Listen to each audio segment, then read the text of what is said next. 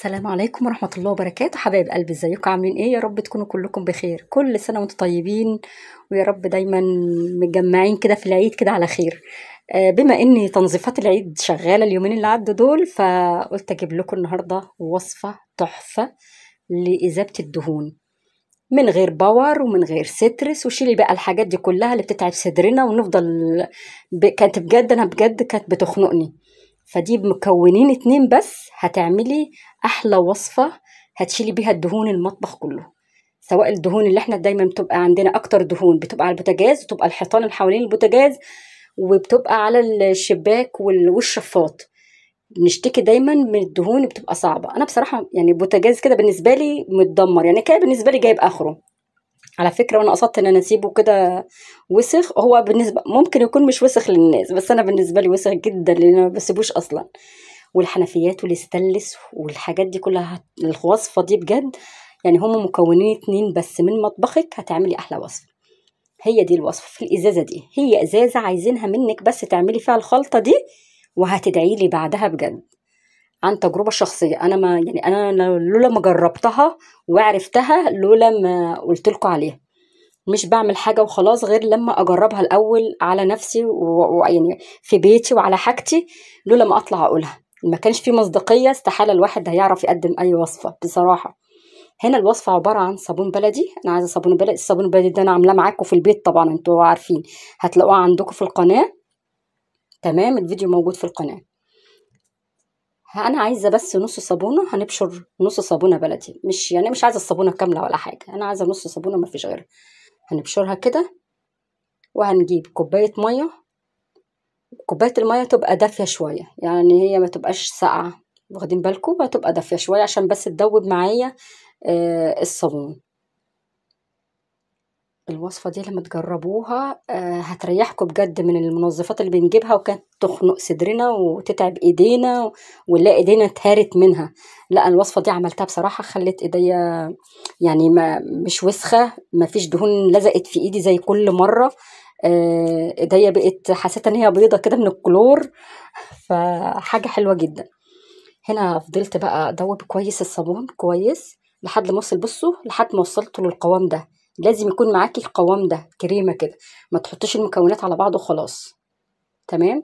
لما يبقى كريمة كده بالمنظر ده هنحط المكون التاني. احنا مكونين اتنين، ما كانش في حاجة اكتر من كده، يعني ما فيش افتكاسات كتير يعني. المكون التاني كان كلور، ده كلور خام عادي من اي حد بيبيع منظفات، هاتي منه كلور.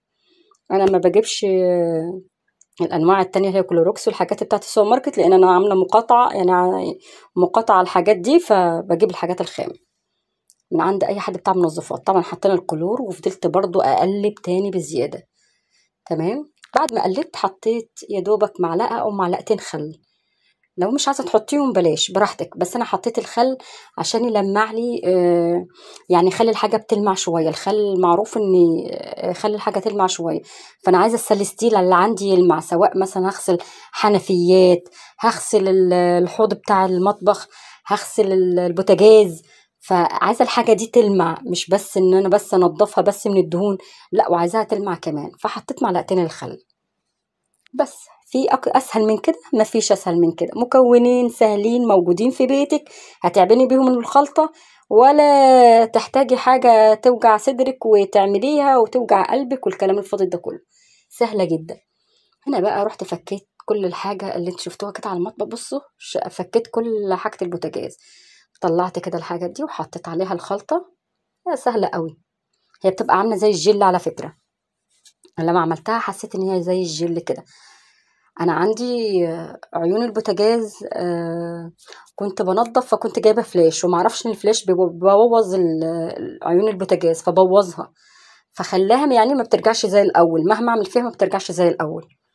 حتى الحوض عندي برضو دلقت في عليه غلط فلاش، فضل برضو لا يعني معلم عندي كده من الفلاش. فالفلاش اخطر حاجة تستخدموها على الاستانلس، بجد وحشة وسيئة سيئة جدا. ولا الارضيات، يعني حتى الارضيات برضو مش كويس عليها الفلاش، فبلاش منه، يعني انا ما اظن بلاش منه. هنا بقى فضلت اغسل في البوتاجاز، وبصوا ما خدتش وقت، يعني هو يا دوبك بسلكه بسيطه كده، وكمان لو ليفه كمان عاديه كده على ايدك، مش سلكه ولا حاجه، هينضف. بصي انا مجرد ما بغسل الحاجات اللي حوالين العيون دي بتنضف زي الفل. انا معلش الكاميرا بتروح وتيجي لان انا بغسل بايد وبصور بايد التانية، ما حدش عندي يعني، ما عنديش ما حطيتش الستاند عشان اصور بيه يعني. تمام. هنا فضلت اغسل في البوتاجاز ومن غير ضحك كتير، والله ما هتاخدي وقت. مجرد ما تغسلي وهتمسكي فوطه زي كده، الفوطه دي منديه كده بميه عفوا، هتلاقيه خلاص مشي معاكي ولامع الدنيا. وهوريكي دلوقتي. بصي البوتاجاز كان فين وبقي فين بصراحه. اللهم بارك، خلطه روعه بجد لاي حد هيجربها، هتدعولي عليها بجد. البوتاجاز بتاعي ده هلكان معايا من سنين. دي طبعا فرن بوتاجاز، وطبعا ما كانش عندي امكانيه ان انا اجيب مفك بقى وافك واغسل الفرن. قلت لا، هغسل الدهون اللي على الوش دي كده. وزي ما انتم شايفين الوسخ اظن واضح قوي، طلع كل الدهون لدرجه يعني الحاجات السائل الابيض اللي انا كنت حاطاه قلب بني من كتر الدهون الموجوده في باب الفرن. رغم اني ماليش كتير يعني، انا بغسله من وقت للتاني، بس معرفش هو دايما في دهون كتير على الفرن، احنا عارفين يعني. شايفة انا؟ بصوا الشكل والمنظر، يعني واضح قوي ان هو بيفور الدهون من غير اي حاجة ولا اي افتكاسة. فضلت امسح فيها كده كويس برضو في الفوطة. طبعا انا نضفت يعني فرن بوتاجاز على قد ما قدرت. طلع معايا شوية من الدهون اهم حاجة الدهون مشيت. الحاجات القديمة دي الموجودة كده كده، البوتاجاز عندي من سنين بستخدم فيه فتهرة يعني، جايب اخره.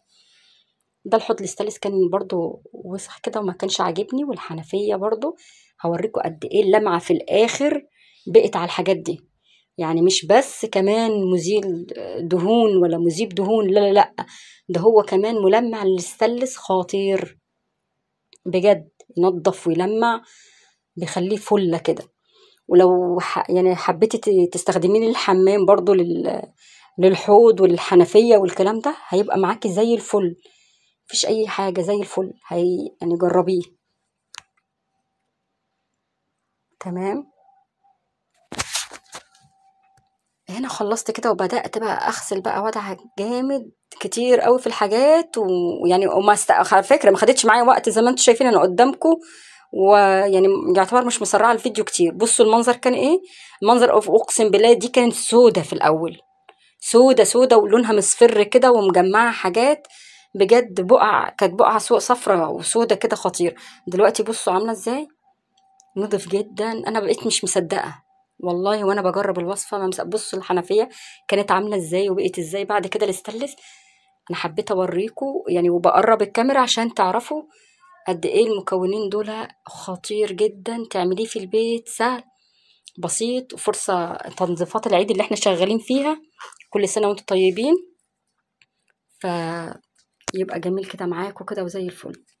هنا الحوض كده خلصت، الحوض خلاص تمام، وخلصت كل حاجة. وبدأت بقى أوريكم بقى الصورة النهائية للي أنا عملته بقى كله. هنا الحيطان بقى يا دوبك كان هنا الحيطان ما دعكتش بقى ولا وجع دماغ، لا انت حطي منه على الفوطة وابدأي مشي كل الدهون هتمشي. يعني كل الدهون حرفيا جنب البوتاجاز انا عندي ده كان متدمر دهون فوق ما تتخيلي. قعدت اعمل من غير دعك من غير اي حاجة، حطيت على الفوطة كده حبة كده، وبصوا في الاخر الشكل النهائي تحفة. وادي البوتاجاز اهو. ويا رب الوصفة بتاعتي تكون عجبتكم. ما تنسونيش في اللايك والشير والاشتراك في القناة لو عجبتكم الوصفة. وشكرا ليكم، وكل سنة وانتم طيبين، والسلام عليكم ورحمة الله وبركاته.